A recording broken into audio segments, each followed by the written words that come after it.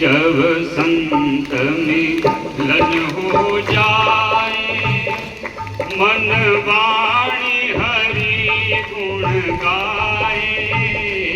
जब संत मिलन हो जाए, मन वाणी हरि गुण गाए। तब इतना समझ लेना, अब हरि से मिलन होगा।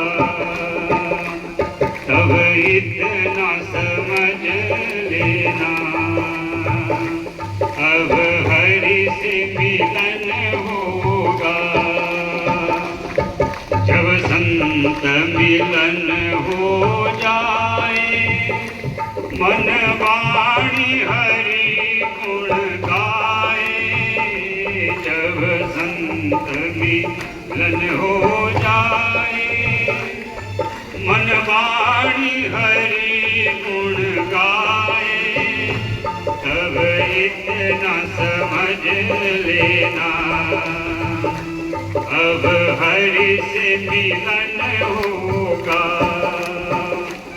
तब इतना समझ लेना, अब हरि से मिलन होगा। ना क्रोध किसी पर आए, ना क्रोध किसी पर आए। सब जगह हरि नजर आए। ना क्रोध किसी पर आए, सब जगह हरि नजर आए। तब इतना समझ लेना, अब हरि से मिलन होगा। तब इतना समझ लेना, अब हरि से मिलन। कोई मन को न दूजा भाए, कोई मन को न दूजा भाए। दर्शन को मन ललचाए, कोई मन को दूजा न भाए। दर्शन को मन ललचाए। तब इतना समझ लेना, अब हरि से मिलन होगा। तब इतना समझ लेना, अब हरि से मिलन होगा। तब इतना समझ लेना, अब हरि से मिलन होगा। तब इतना समझ लेना, अब हरि से मिलन होगा। हरिलाल जी का जब सच्चे संत से मिलन हो जाता है, वो आपको अपने आप से नहीं मिलाना, ये ध्यान देना। जो गुरु होता है उसको अपने आप से आपको मिलाने में नहीं है, वो चाहता है कि आप भगवान से मिलें। वो गुरु भी आपको भगवान से मिलाना चाहता है, संत भी भगवान से मिलाना चाहता है। मैं बता दूं, जुड़ने की बड़े बड़े मंदिर बनाओगे आपको भगवान की प्राप्ति होगी। बहुत बड़े घाटे शेठ बैठे हुए हैं और हज़ारों फीट ऊंची मूर्तियाँ बना सकती है। भगवान की प्राप्ति हमारे नाम जप से होती है, तप से होती है, दान से होती है। जितना भगवान से निमित्त हो जाओ तभी भगवान की प्राप्ति होती है। ज़्यादा पास आके भगवान की प्राप्ति नहीं होती है। शिष्य बनना है तो शिष्य बनने के नियम हैं।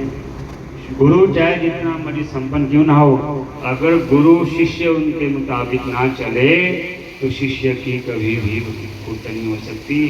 जब रावण का अभिमान हुआ, रावण जब उत्पात मचाने लगा तो सारे देवता के, जब देवता शंकर भगवान के पास गए, उन्होंने कहा महाराज जी आपके चेले ने तो उथल पुथल मचा दी संसार सागर में, आप इसको समझाइए।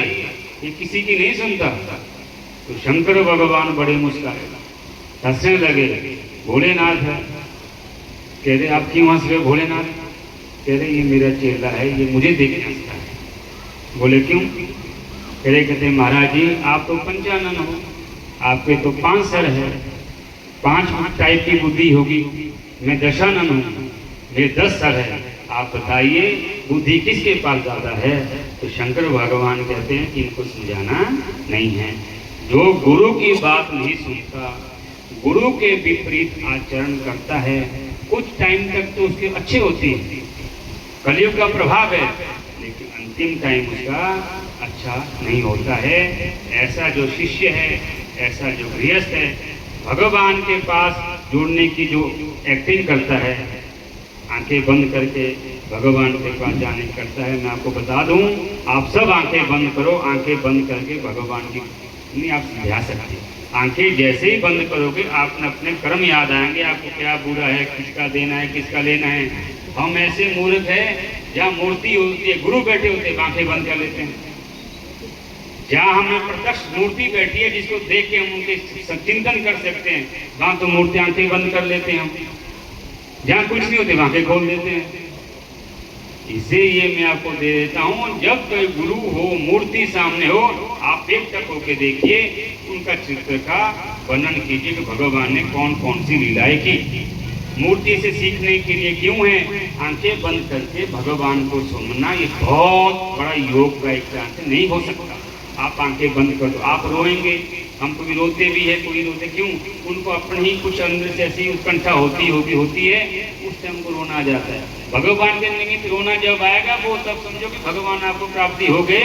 हम भगवान को याद करते हुए तब रोते हैं, हमें अंदर ही कुछ ऐसी समस्याएं पैदा होती है, हम किसको पुकार नहीं पाते। जब कभी आंखें बंद करके भगवान गुरु जी के सामने आते हैं, तब हमारे अश्रु निकलते हैं। कोशिश करो जब मूर्ति के सामने, गुरु के सामने आंखें खोल के उनका दीदार करो। मूर्ति खूबसूरत है, मूर्ति कैसी उनको नहीं सीखना है। उस मूर्ति ने, भगवान ने संसार सागर में क्या क्या ज्ञान दिया है, उनसे क्या सीख लेनी चाहिए, हमें ये सीखना चाहिए। शंकर भगवान के अनुयायी है शांत। अगर आप शंकर भगवान के तो आप शांत होंगे, आपको त्याग होगा। हमेशा हर आदमी शाम को पूरा होता ही है। आपको बताऊं, हमने गुंठियां पहनी है, घड़ी पहनी है, हमारे मोबाइल में बहुत महंगे महंगे मोबाइल है, इसमें बहुत सी चीज़ें ऐसी होती हैं, हम सोचते किसी को पता नहीं चलना चाहिए। बड़े बड़े लॉक लगाए होते हैं, साने में रख देते हैं, और तिजोरी भी साने में रख देते हैं। जब नींद आती है, आपको पता होता है कि मेरे पास क्या है। 24 घंटे में 8-9 घंटे आदमी त्याग हो जाता है, भिखारी बना रहता है, मर जाता है कि हमारे पास कुछ नहीं है। जैसे नींद खुलती है, उसके बाद ही हमें अपने कारोबार, धन दौलत की याद आती है। इसी ये सीख लेनी चाहिए कि भगवान हमें रोज अवगत करवाता है हमारी मृत्यु होनी है, इसलिए धीरे धीरे त्याग करना शुरू कर दो। त्याग से आपको आनंद की अनुभूति होगी। ये शरीर भी हमारा नहीं है। आज हम विष्णु पितामह ने कहा था, ज़्यादा नाचना भी हानिकारक है, ज़्यादा गाना भी हानिकारक है। जब आप सोचो 15 साल तक नाचते रहोगे, जब आपका शरीर बैठ जाएगा, मन तो नाचने का करेगा, शरीर हमारा साथ नहीं देगा, तो क्रोध आएगा। इसको कहते राग दोष, क्रोध आएगा, न भगवान का नाम ले सकते, आदत नहीं है। ये नाच भी तब तक सकते हैं जब तक हमारे बॉडी हमारा साथ। गा कब तक सकते हैं? जब तक दांत हो। आप जितने मर्जी सुरीले हो, आपको सारे राग आ जाए, अगर दांत चले गए तो समझो कि आप तवर्क नहीं गा सकते आप, और तवर्क के बिना गाना भी नहीं हो सकता।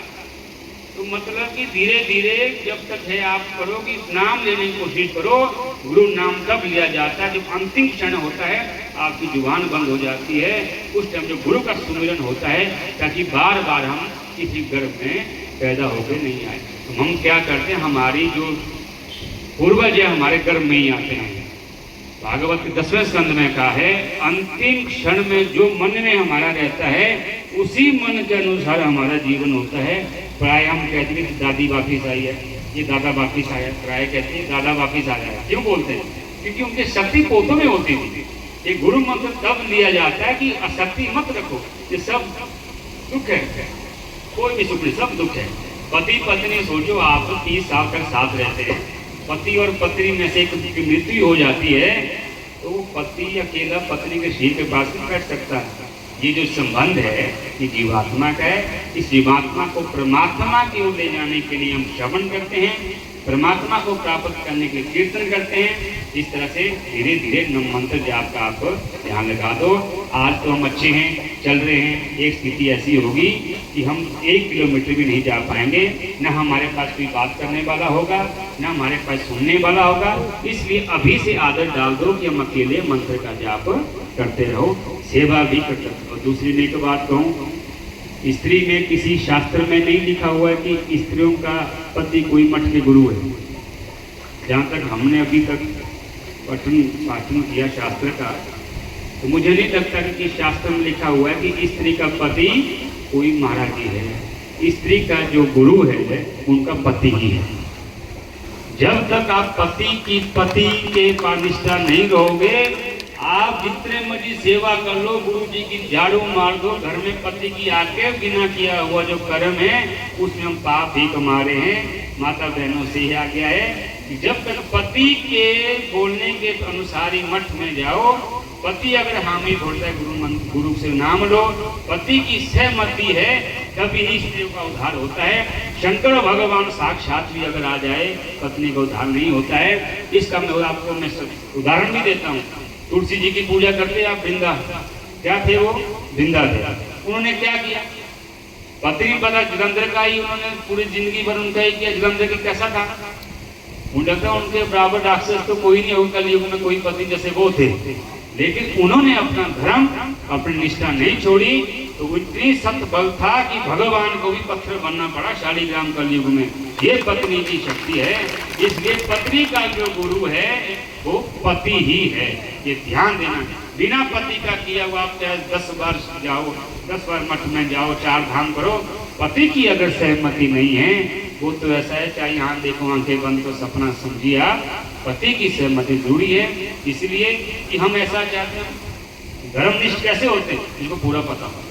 आपको पता किस गुरु के शिष्य, जब पहले मठों में आदमी आते थे, माता पूछते थे कौन सा मठ है, क्या है, कौन सी मड़ी है, ताकि पता होता था खाड़े द्वारे का महात्मा है, ये कहीं गुरु के पास टाइम लगाया हुआ है इसने। इसलिए आप ऐसे गुरु शिष्य बने कि जहाँ आप हो जाए कोई ऐसा वैसा आपके पास कोई तर्क ना कर सके। गुरु और पति की सेवा ही सच्ची निष्ठा है।